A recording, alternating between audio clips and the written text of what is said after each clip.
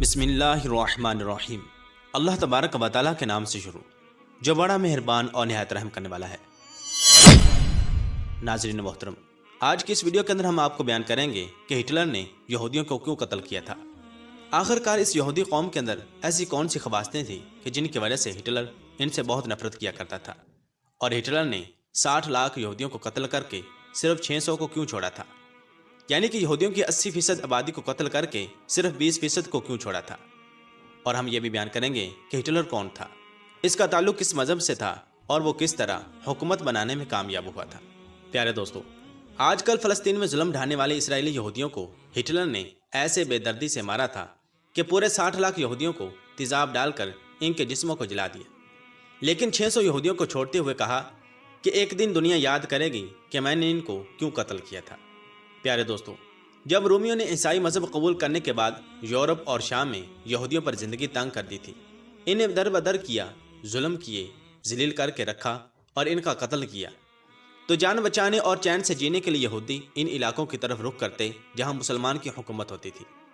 رومیوں کے عیسائیت قبول کرنے کے بعد بیت المقدس سے یہودیوں کو نکالا گیا اور ان کی عبادت گاہیں تباہ کر دی گئیں۔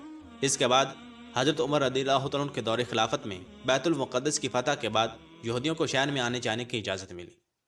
یہودیوں نے 14 مئی 1948 عیسوی کو اسرائیل کے قیام کا اعلان کیا، تو اسرائیل اور عرب ممالک کے درمیان میں جنگیں چھڑ گئیں۔ یہ جنگیں 1967 عیسوی تک چلیں۔ جنگ کی شروعات میں اسرائیل نے مغربی بیت المقدس پر قبضہ کر لیا اور فلسطین کے کچھ اور علاقے بھی اپنے قبضے میں لے لیے۔ بقیہ فلسطین کے مختلف علاقے مصر، شام، لبنان اور اردن کے ہاں رہے۔ بیت المقدس کا مشرقی علاقہ جس میں حرم شریف اور مسجد اقصی سمیت مقدس مقامات تھے اردن کے قبضے میں رہے۔ یہ صورتحال 1967 عیسوی تک قائم رہی۔ 1967 عیسوی کی عرب اسرائیل جنگ کے اختتام پر اسرائیل کا پورے فلسطین پر قبضہ ہو گیا۔ مقدس مقامات تاریخ میں پہلی مرتبہ یہودیوں کے قبضہ میں آ گئے۔ چنانچہ 15 ہجری 637 عیسوی میں بیت المقدس فتح ہونے کے بعد حضرت عمر بن خطاب رضی اللہ عنہ نے یہودیوں کو بیت المقدس کی زیارت کی اجازت دی، جبکہ اس سے پہلے عیسائیوں نے ان پر پابندی لگا رکھی تھی۔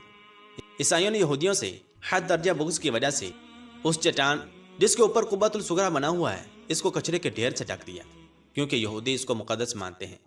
اس چٹان کے اوپر سے کچرا امیر المؤمنین حضرت عمر فاروق رضی اللہ عنہ نے اپنے ہاتھ سے صاف کیا تھا، کیونکہ مسلمانوں کے نزدیک اس کی اہمیت یہ ہے کہ رسول اکرم صلی اللہ علیہ وسلم معراج والی رات اس چٹان پر سے براق پر سوار ہو کر آسمانوں کو گئے تھے۔ پھر جب بھی صلیبی جنگوں کے بعد عیسائی بیت المقدس پر قابض ہوئے تو مسلمانوں اور یہودیوں کو قتل عام کیا۔ چنانچہ سلطان صلاح الدین ایوبی رحمۃ اللہ تعالی علیہ کے بیت المقدس فتح کرنے کے بعد طویل عرصہ تک سلطنت عثمانیہ کے زمانے میں یہودی قلیل تعداد میں رہے، لیکن عیسائی ظلم و ستم اور ذلت و خواری والی زندگی سے بہتر حالت میں رہے۔ 19ویں صدی میں یورپ اور روس میں یہودیوں کے خلاف عیسائیوں میں شدید نفرت اور مظالم پھر سے ابھرے۔ ان حالات میں یہودیوں نے عیسائیوں کے ظلم سے تنگ آ کر نقل مکانی کی۔ جرمنی، مشرقی یورپ اور روس کے یہودی لاکھوں کی تعداد میں بے گھر ہو گئے۔ ان کی بڑی تعداد امریکہ، برطانیہ اور کچھ فلسطین میں آ گئی۔ اسی دوران میں صہیونیت کی تحریک نے جنم لیا۔ اس تحریک کا مقصد یہودیوں کے لیے اپنا ملک قائم کرنا تھا، اور اس کے لیے انہوں نے فلسطین کو چنا۔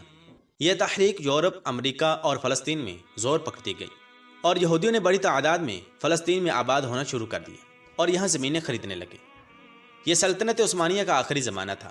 مورخین کے مطابق ہٹلر ایک نہایت ذہین، شاطر، عیار، ظالم، اذیت پسند خصوصیات کا حامل شخص تھا۔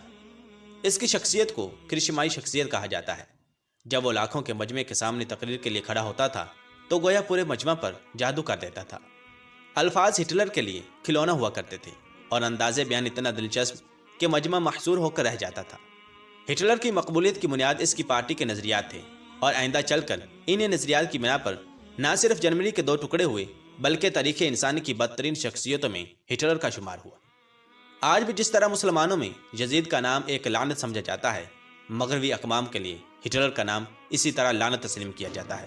چنانچہ 1945 عیسوی میں ہٹلر کے خاتمے کے بعد شاید کسی ماں نے اپنے بچہ کا نام ہٹلر نہ رکھا ہو۔ میں نے 60 لاکھ یہودیوں کو قتل کر کے صرف 600 کو کیوں چھوڑا؟